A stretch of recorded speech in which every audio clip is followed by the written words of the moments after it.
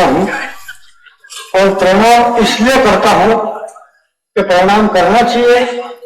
जो प्रणाम नहीं करते हैं वो चाय नहीं पीते हैं। मैं चाय पी रहा हूँ और आपको प्रणाम करता हूँ। भगवान श्री कृष्ण ने अर्जुन से गीता में कहा कि हे अर्जुन, तुम चापी मम चापी, तू भी चाय पी मैं भी चाय पी। मैं आप लोगों से ये कहना चाहता हूँ, कुछ विद्वान लोग, बुद्धिजीवी लोग, कविता के पारखी लोग बैठे हुए हैं। इसमें से बहुत सारे लोग तो कविता के लिए नहीं बैठे हुए हैं। बहुत सारे तो इसलिए बैठे कि वो दूसरों की मोटरसाइकिलों में बैठ के आए। जब तक वो नहीं उठे तब तक वो नहीं उठ सकता, कई मजबूरी में बैठे हुए हैं।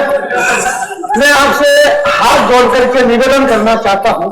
वाराणसी में बहुत बढ़िया कवि सम्मेलन हुआ है, और इस बढ़िया कवि सम्मेलन में मैं आपसे निवेदन करना चाहता हूँ, और निवेदन सिर्फ इतना करना चाहता हूँ कि भले आप एक एक करके निकल लो, इसमें आप भी सुखी और हम भी सुखी। आप भी बिल्कुल दुखी नहीं, हम भी बिल्कुल दुखी नहीं, और हम भी दुखी नहीं, आप भी दुखी नहीं। तो मैं एक कविता आपके बीच में रख देता हूँ, चाहे नीचे रख देता हूँ, कविता को मैं ऊपर रख देता हूँ। मैं ये कह रहा था, नहीं उसको भी पूरा कर दो, पहली वाली को पूरी कर देते हैं और बाद वाली को अधूरी छोड़ देते हैं। मैं जब थोड़ा छोटा था तो बड़ा खोटा था। छोटा होता है तो आदमी खोटा ही होता है। कवि सम्मेलन बहुत देर तक चला है। कितनी देर तक चला है ये मत गिनो आप, कैसा चला है ये मत गिनो आप। मेरे गुरुदेव थे डॉक्टर उर्मिलेश, देश के बड़े कवि हैं। उनकी आत्मा जहां भी कहीं इस वायुमंडल में हो, मैं उनका एक शेर आपको सुनाता हूँ। उर्मिलेश जी कहते थे कि बेवजह दिल पे बोझ मत भारी रखिए, ये जिंदगी जंग है इसे जारी रखिए, और कितने दिन जिंदा रहे वो साहेब इस बात को मत गिनिए, किस तरह वो जिंदा रहे तुम्हारी रखिए। तो हमने कैसा कवि सम्मेलन चलाया उससे मतलब नहीं है, मतलब ये है कि ये कैसा चला। तो ये कैसा चला इस बात को जारी रखना। और 4 पंक्ति कविता के पढ़ देता हूं। मैं जब छोटा था तो बड़ा छोटा था। इस संसार में सबसे बड़ा करोड़पति व्यक्ति वो है जिसके घर में उसके पिता जिंदे हैं, जिसकी माँ जिंदा है, जिसकी माँ ने आपके सर के ऊपर अगर हाथ रखा है तो वो संसार का सबसे बड़ा आदमी है, सबसे करोड़पति आदमी। भी आप एक मेरी नई कविता सुनिए। कविता तो नहीं है, कविता टाइप की है, सुनो। ठंड का टाइम है, लोगों ने स्वेटर पहन रखे, किसी ने टी शर्ट पहना, किसी ने शर्ट पहना। रावण को आप क्या समझते हो? रावण संसार का सबसे बड़ा वैज्ञानिक था। मैं कह रहा हूं ये शर्ट का आविष्कार किसने किया? रावण नहीं कर सकता क्योंकि उसके 10 सर थे, टी शर्ट तो पहन नहीं सकता वो, शर्ट ही पहनना पड़ता होगा उसको। रावण बड़ा खिलाड़ी आदमी था यार। इसीलिए मैंने कहा कि वो लोग जो राम को नहीं मानते हैं ना, वो राम को इसलिए नहीं मानते। करुणानिधि ने कहा, बोला मैं राम को नहीं मानता हूं, रामायण काल्पनिक है, राम सेतु काल्पनिक है। करुणानिधि जिसका नाम करुणानिधि है, भगवान श्री राम का एक नाम होता है करुणानिधि बंजारा जी। वो करुणानिधि उस करुणानिधान सुजान श्री राम को नहीं मानता है, उसकी गलती नहीं है। जो ये कहते हैं कि राम सेतु को हम नहीं मानते हैं, राम सेतु में क्या रखा हुआ है जाने वैरागिन विद्वान, रामायण का विद्वान कोई बैठा हो यहाँ पे तो हाथ खड़ा करे। रामायण में कहीं लिखा हुआ है हमारे पिता के पिता के पिता के पिता के पिता के पिता की जो प्रॉपर्टी है उस पर आज हमारा अधिकार। भगवान श्री राम के पिता महाराजा दशरथ, दशरथ के पिता महाराजा अज, अज के पिता महाराजा रघु, रघु के पिता महाराजा दिलीप, दिलीप के पिता महाराजा भगीरथ, भगीरथ के पिता महाराजा अंशुमन, अंशुमन के पिता महाराजा असमंजस, और असमंजस के पिता महाराजा सागर, जिन्होंने इस पृथ्वी पर सागर का निर्माण करवाया, सागर खुलवाया। सागर के अंदर राम सेतु तो ठीक, सागर के अंदर रेत की एक एक कण पे श्री राम का अधिकार है। हम किस सेतु तोड़ते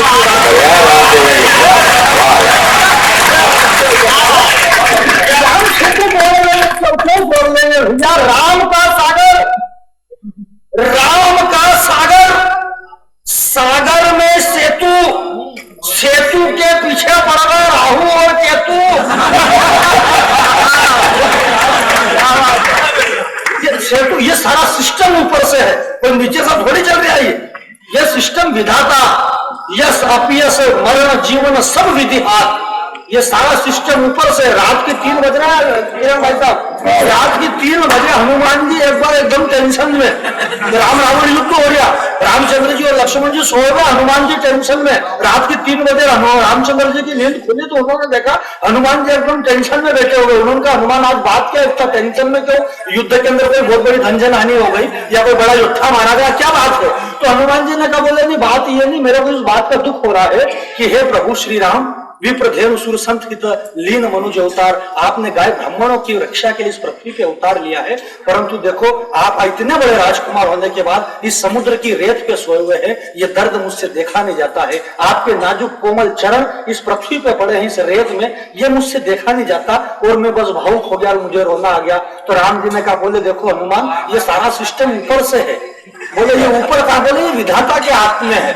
अब बोले ये विधाता कौन है? बोले वो ऊपर लिखती है विधाता, वो नसीब लिखती है। हनुमान जी का दिमाग खराब हो गया और उन्होंने उसी टाइम पे वहां से जंप लिया विधाता के वहां। जो बाल समय रवि भक्षण जो तब तीनों लोग वही होते हैं जो बचपनों में सूर्य को भक्षण कर सकते हैं, वो हनुमान जी। तो हनुमान जी वो सीधे रात की 3 बजे विधाता के घर पे, 3 तो उस टाइम पे बजते ही होंगे जब आज बज सकते हैं तो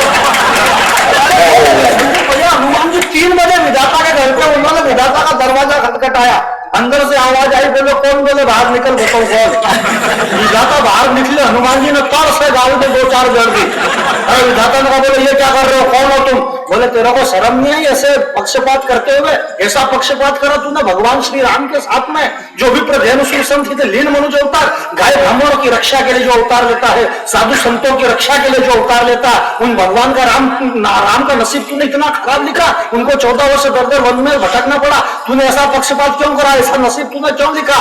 तो विधाता ने कहा बोले देखो हनुमान, अगर ये नसीब लिखने का काम मेरे हाथ में होता तो रात की 3 बजे बंदर आके मेरे को मारेगा, ये किसने लिखा?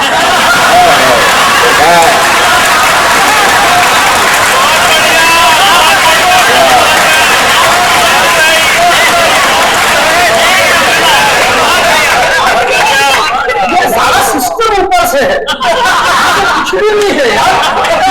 तुलसी ने लिखा कि भीड़ पड़ी जब भक्त पुकारे, प्रभु दुख दूर करो हमारे। तुलसीदास जी ने लिखा भीड़ पड़ी जब भक्त पुकारे, प्रभु दुख करो, दुख हमारे दुख दर्द करो। जब इस पृथ्वी पे भीड़ पड़ी, जब राक्षसों ने अत्याचार मचाया, तब भगवान श्री राम इस पृथ्वी पे भक्तों की रक्षा करने के लिए आए। यानी कि कहने का मतलब चारों तरफ जब प्रॉब्लम ही प्रॉब्लम, तो हमने कहा वेल गार्ड और माय कॉम, गार्ड आए वेलकम विद फैमिली के साथ में, धनुष्बाण लेकर के हाथ में रामचंद्र जी आए और उन्होंने सारी ताकत झोंक दी, यानी कि रावण की लंका में कील ठोक दी। 14 वर्ष तक भटकते रहे, क्या खाना क्या पीना क्या सोना, दर दर भटकते रहे झील झरने और झड़ियों में। और जब राम पे कष्ट आया तो हम घूमते नहीं लगे लाल बत्ती की गाड़ियों में। राम के लिए क्या कर रहे हैं? राम सेतु तोड़ देंगे, राम का सागर में सेतु के पीछे बढ़ गए राहु और केतु। सेतु तोड़ने का विचार कैसे सूझा? और जिसने सेतु बनाया उससे पहले पूछा?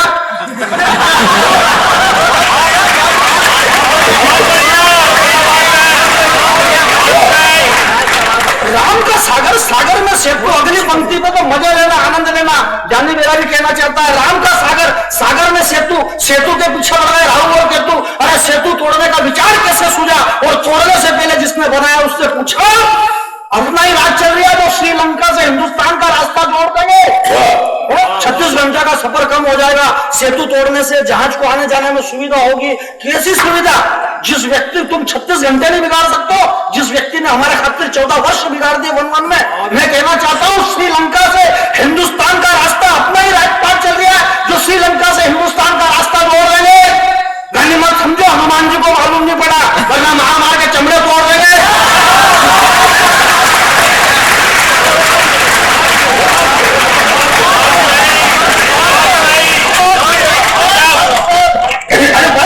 इसीलिए मैं वंश मोर के चक्कर में भी पड़ता हूँ। वंश मोर 100 करोड़ हो गए ऑलरेडी और रिजल्ट निकले गलत। अपन कोशिश करते रहे कि इस देश की में फिर भगवान राम आए, फिर राम आए, वंश मोर में लगे रहे, राम आया नहीं, रिजल्ट गलत निकला, बदले में सीताराम सुखराम काशीराम आ गए। हमने कोशिश करी इस देश की रक्षा के लिए, फिर कोई महाराणा प्रताप आए, लगे रहे वंश मोर में, महाराणा प्रताप आया नहीं, रिजल्ट गलत, बदले में विश्वनाथ प्रताप आ गए। हमने कोशिश करी झांसी की रानी आए, झांसी की रानी आई नहीं, बदले में रानी मुखर्जी आ गई। रिजल्ट गलत निकलते। तब मैं कह रहा था कि मैं तो बहुत छोटा था तो बड़ा खोटा था, और इसलिए खोटा था संदीप भाई कि बात बात पे जिद करना, बहुत सारी टाफियां जेब में भरना, झगड़ना, दौड़कर झबरीले कुत्ते को पकड़ना, ये सब बच्चे के स्वभाव में होता है, क्योंकि उस वक्त बच्चे को किसी का प्रभाव नहीं होता। मैंने आपसे कहा संसार का सबसे बड़ा करोड़पति व्यक्ति वो है जिसके घर में पिता जिंदे हैं और पिता का हाथ आपके पास है। मैं उस पिता के सम्मान में 2 पंक्ति पढ़ता हूं, हम क्या सिखा रहे हैं और क्या सीख रहे हैं। मैं जब बहुत छोटा था, बड़ा खोटा था, बात बात पर जिद करना, बहुत सारी टाफियां जेब में भरना, दौड़कर झबरीले कुत्ते को पकड़ना, झगड़ा करना, ये सब बच्चे के स्वभाव में होता है, क्योंकि उस वक्त बच्चे पे किसी का प्रभाव नहीं होता है। मैं अकड़े ही अकड़े, मैं मित्र के सामने अकड़े ही अकड़े, पिता की उंगली पकड़े, मेरा घर, घर के पीछे मेरा खेत, खेत के पीछे मेड़, मेड़ पर एक आम का पेड़, पेड़ पर एक कौवा बैठा है, और मैं पापा से बार बार पूछता हूँ, पापा ये क्या है? पिता कहते हैं बेटा ये कौवा है। मैं फिर पूछता हूँ, पापा ये क्या है? पापा कहते हैं बेटा ये कौवा है। मैं बार बार प्रश्नों की झड़ी लगा देता हूँ। मेरे प्रश्नों की झड़ी से पिता बिल्कुल नाराज नहीं होते हैं, बल्कि खुशी से झूम जाते हैं। मैं तुतलाता हुआ बोलता हूँ ना, तो मारे खुशी के मेरे मुंह को चूम देते हैं। अब मैं बड़ा हो गया हूँ। एक पंक्ति जानी बैरागी कविता की सिर्फ एक पंक्ति है इसमें, अब मैं बड़ा हो गया हूँ। मैं पिता से बार बार प्रश्नों की झड़ी लगाता हूँ। मेरे प्रश्नों से पिता बिल्कुल नाराज नहीं होते हैं, खुशी से झूम जाते हैं, तुतलाते हुए मुंह को वो चूम जाते हैं। अब मैं बड़ा हो गया हूँ, यानी कि मेरे पांव पे खड़ा हो गया हूँ। रात को मैं जब घर से लेट आता हूँ, अब मैं बड़ा हो गया हूँ, यानी अपने पांव पे खड़ा हो गया हूँ। रेलवे स्टेशन के 1 नंबर प्लेटफॉर्म पे, कॉफी हाउस के अंदर सिगरेट का कस खींचते हुए, मोबाइल से खेलते हुए राजधानी ट्रेन की पोजीशन ले रहा हूँ, यानी कि उसमें मेरा कोई बड़ा फ्रेंड आने वाला है। मैं रात को जब मेरे घर पहुंचता हूं तो वही पिता मुझसे कहते हैं बेटा ठाकुर जी का प्रसाद ले लो। मैं कोई जवाब नहीं देता हूं। वो फिर मुझसे कहते हैं बेटा ठाकुर जी का प्रसाद ले लो। मैं पिताजी को डांट देता हूं, यानी कि मैं बड़ा हूं, बहुत बड़ा हूं, बड़े में बड़ा हूं, बस यही दिखा रहा हूं। और जिस पिता ने कभी मुझे बोलना सिखाया था ना, उन्हें आज मैं चुप रहना सिखा रहा हूं।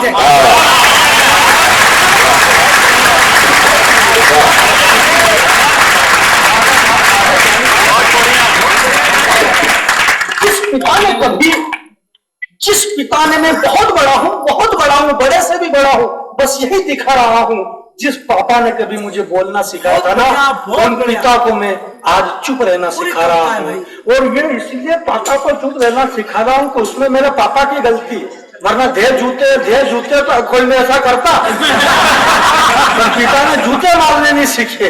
हम शाम दाम भेद और दंड, ये 4 गुण होते हैं। शाम दाम भेद दंडों को हमने नहीं अपनाया, और जब इस हिंदुस्तान की धरती पे शाम दाम भेद दंड नहीं अपनाया जाता है, तब जाकर के परिस्थिति ये हो जाती है कि पजामा पहले से ही फटा हुआ था, तो फिर बीच में टांग हटाने की जरूरत क्या थी? और जख्म पहले से ही गहरे थे, तो नमक लगाने की जरूरत क्या थी?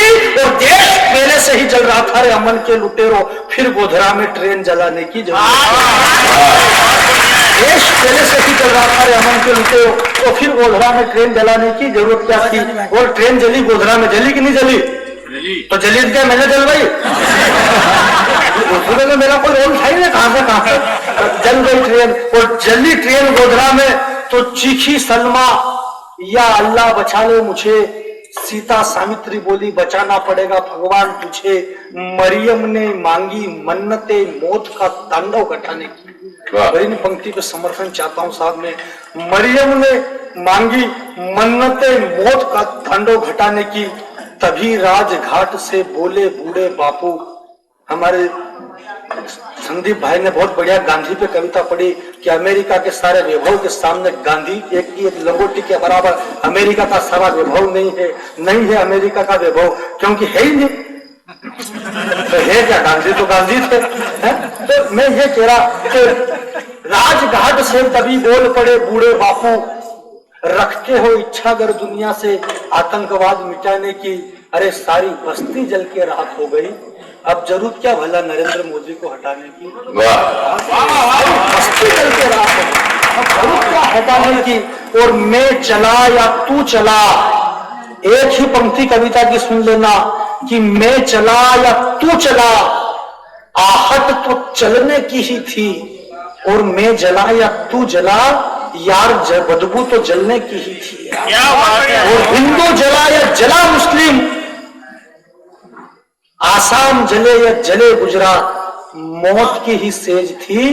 और हिंदू जले या जले मुस्लिम, आग तो उतनी ही तेज थी। ये है भाई जानी बैरागी। वो कह रहा था, पर मैंने कहा मार्केट वैल्यू तो देखे।